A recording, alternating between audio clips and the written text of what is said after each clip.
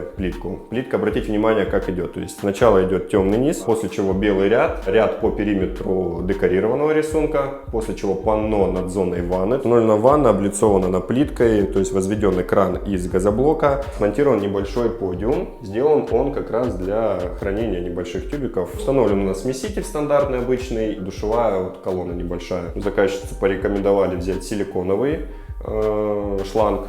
Именно служит он гораздо дольше, чем